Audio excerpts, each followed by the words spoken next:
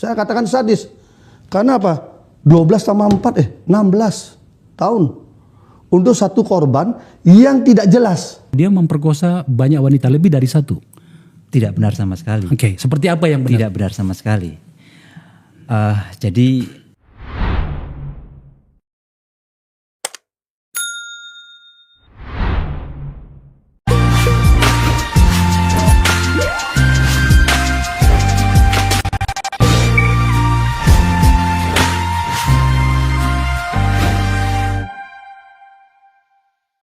awalnya saya bersikap seperti orang-orang kebanyakan yang lain ketika mendapatkan informasi tentang kasus pencabulan di sebuah pondok pesantren di Ploso Jombang, tepatnya di pesantren Siddiqiyah Ploso Jombang, yang kemudian heboh itu dan diikuti dengan drama penangkapan yang melibatkan ratusan aparat kepolisian.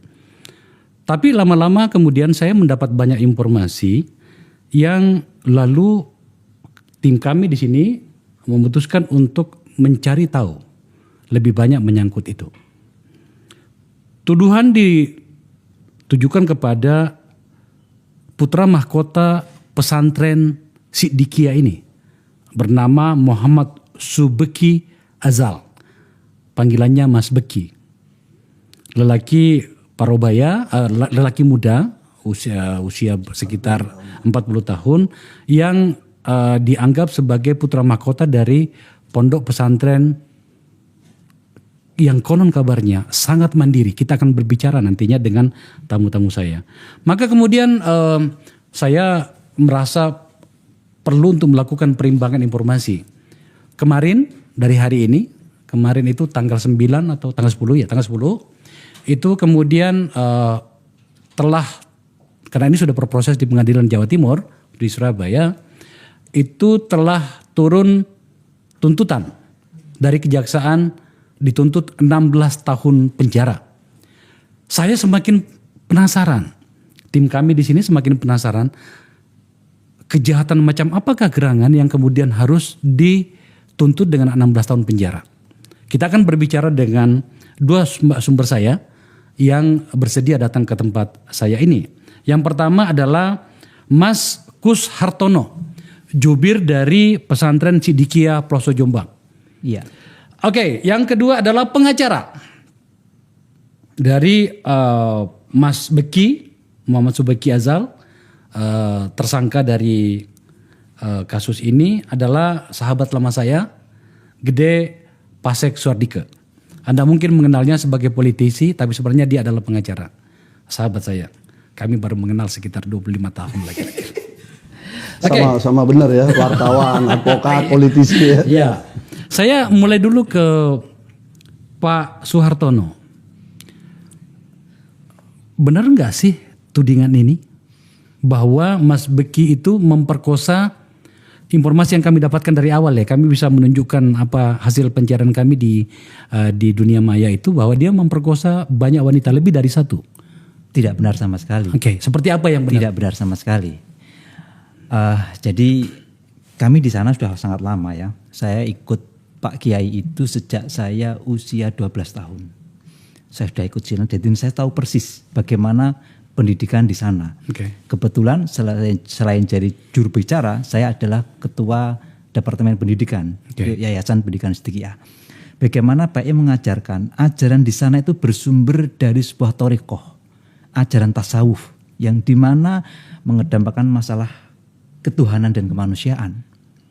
Itu sangat tidak mungkin, hanya karena kami seorang santri ya, mungkin orang akan bilang, oh Anda santrinya gitu. Yang jelas fakta di persidangan ini kan lebih fair ya. Tidak ada hal-hal yang menunjukkan, apalagi ketika perkosaan. Sebelumnya memang ada informasi misalkan belasan, puluhan, sampai ada istilah predator. Nah, inilah yang justru membuat hati kecil kami bertanya. Karena pesantren kami getol di dalam urusan cinta tanah air. Coba kamu amalkan Pancasila. Pancasila gitu. Pancasila. Satu. Ketuhanan yang Maha Esa. Bismillahirrahmanirrahim. Undang-Undang Dasar Negara Republik Indonesia tahun 1945. Pembukaan bahwa sesungguhnya kemerdekaan itu ialah hak segala bangsa. Coba lagu Indonesia Raya. Aku pengen lihat.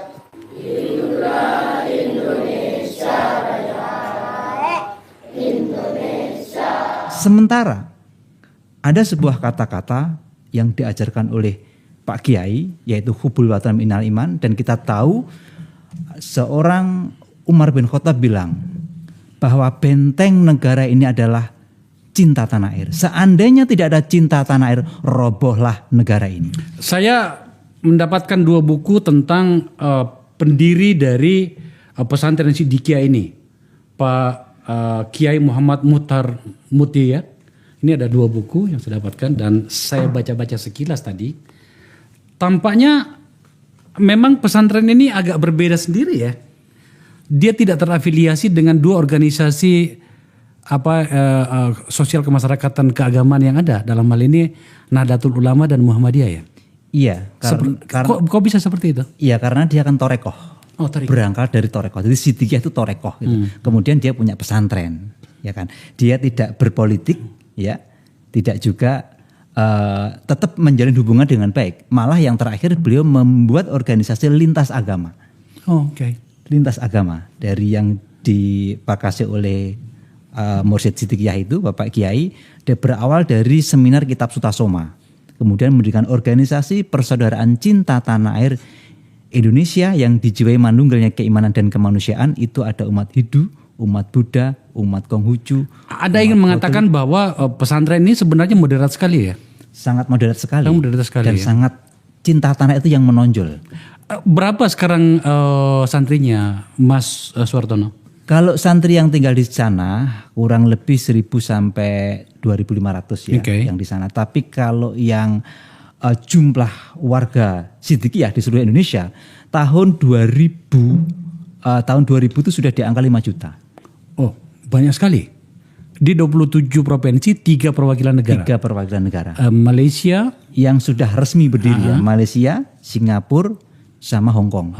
Tapi warga yang tinggal itu ada di Kanada, ada di India, ada di Inggris, ada di Amerika, ada di Turki.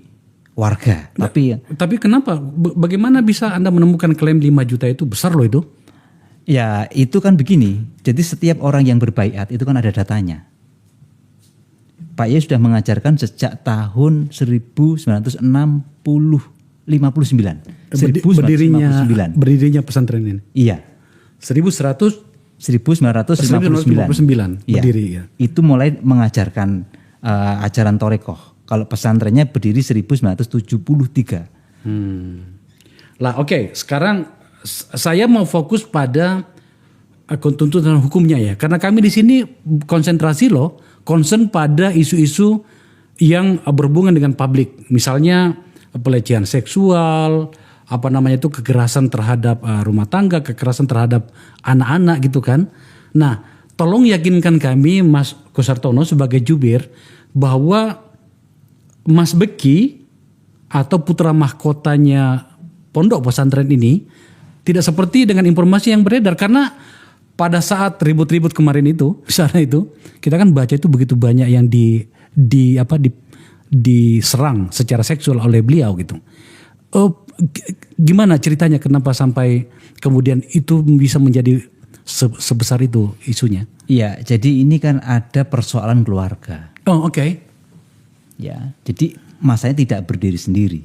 Ya, ada persoalan keluarga, ada keluarga yang sudah tidak taat lagi kepada Pak Kiai. Nah, dari sinilah semua masalah itu. Keluarga seperti apa maksudnya?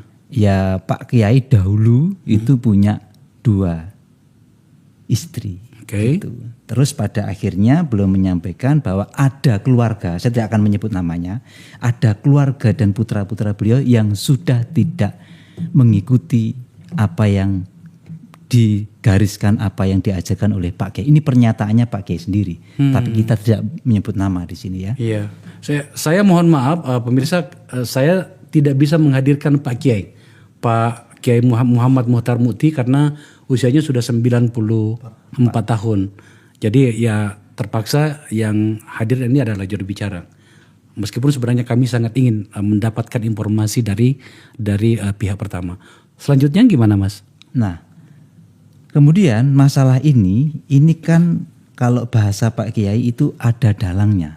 Dalam tanda kutip ya, kita tidak sebut juga. Artinya ini ada persoalan-persoalan lain ya. Seperti yang saya katakan tadi tentang getolnya cinta tanah air, kita tidak tahu apakah memang ada kaitannya dengan itu. Kita punya usaha-usaha yang mandiri. Di pondok kami tidak pernah membuat proposal di dalam proses pembangunan apapun. Contoh ini, pesantren kami mempunyai gerakan untuk membangunkan rumah orang-orang yang tidak punya. Rumah Syukur Kemerdekaan Bangsa Indonesia Layak Huni Siddiqiyah. Program Rumah Syukur Kemerdekaan Indonesia Layak Huni Siddiqiyah dibangun secara swadaya oleh warga Thariqah Siddiqiyah di seluruh Indonesia. Sejak tahun 2005, jumlahnya sekarang sudah ribuan. Satu rumah itu, satu unit rumah itu sekitar 80 sampai 150 juta. Sudah membangun berapa unit? Sampai hari ini 1.500 sampai 600-an. Itu bisnis pendekatannya? Sama sekali tidak. Maksudnya kasih saja. Kasih saja. Dalam rangka mensyukuri nikmat kemerdekaan bangsa Indonesia. Sudah bertahun-tahun itu dilakukan. Loh, Mas, sekaya apa pondok pesantren ini? Nah, inilah yang menarik ya. Sebenarnya bahasa kami kekuatan kegotong royongan. Contoh begini, ketika membangun rumah bukan berarti uangnya ada. Tidak. Begitu sepakat rumah dibongkar. Kalau nggak jadi kan kita dimarahin orang banyak. Artinya keyakinan. Jadi intinya begini, Pak Kiai mengajarkan ada jati diri bangsa Indonesia yang ini dilupakan menurut beliau. Jati diri bangsa Indonesia yang diajarkan oleh beliau untuk menyongsong Indonesia imam perdamaian dunia. Begitu beliau sangat yakin. Itu keyakinan saya terima lah Mas. Oke, sebagai tapi berdasar. Saya bicara tentang realistisnya. Bangun rumah antara 80 sampai 100 berapa tadi? 50 juta. 150 juta itu sekarang sudah dibangun 1.500 sampai 600. Itu sudah di atas 1 triliun Mas. Oke? Iya. Pondok pesantren berarti harus punya kekuatan finansial untuk melakukan itu. Logika kita. Logika kita. Kita kan melihat ya gimana beberapa pondok pesantren. Tidak semuanya gitu ya. Ada yang mandiri tapi ada juga yang tampaknya memang membutuhkan banyak bantuan. Lah ini Anda aneh sendiri. Terus dari mana usahanya? Saya kalau Anda melihat ini berhubungan dengan informasi yang sedang kami bicarakan ini. Anda memiliki banyak usaha ya. Betul. Salah satunya rokok. Pemirsa jangan marah sama saya sudah berhenti ngerokok. Sudah 5 tahun saya berhenti ngerokok. Tapi saya mau tunjukkan di sini adalah rokok produksi dari pondok pesantren ini. Ini ada, saya di bawah ini ada 4 varian produk. Boleh percaya boleh tidak. Salah satu dari sini ini ya. Ini adalah rokok termahal di kawasan Asia Pasifik plus planet Mars. Harganya ini 330.000. Lebih mahal dari rokok yang biasa kita isap belinya di Singapura. Singapura itu sekitar 200.000. Mungkin sudah naik sekarang. Tapi ini diproduksi oleh mereka ini harganya 330.000. Kalau satu kotak begini harganya sekitar 3,7 juta. Semoga saja saya tidak tertarik merokok lagi melihat rokok ini. Oke. Ini juga ada rokok yang lain harganya lebih murah. Iki piro ya? Ini 19.000, ini agak murah nih.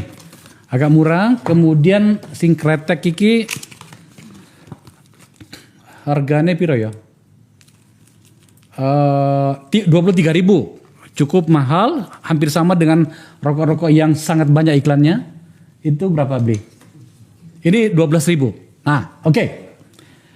Kemudian saya dengar Anda juga memiliki hotel yang terbaik di Jombang, kemudian memiliki industri air, ya. Oke, itu sebuah catatan yang bagus. Tampak mandiri sekali Anda. Saya sangat mengapresiasi itu.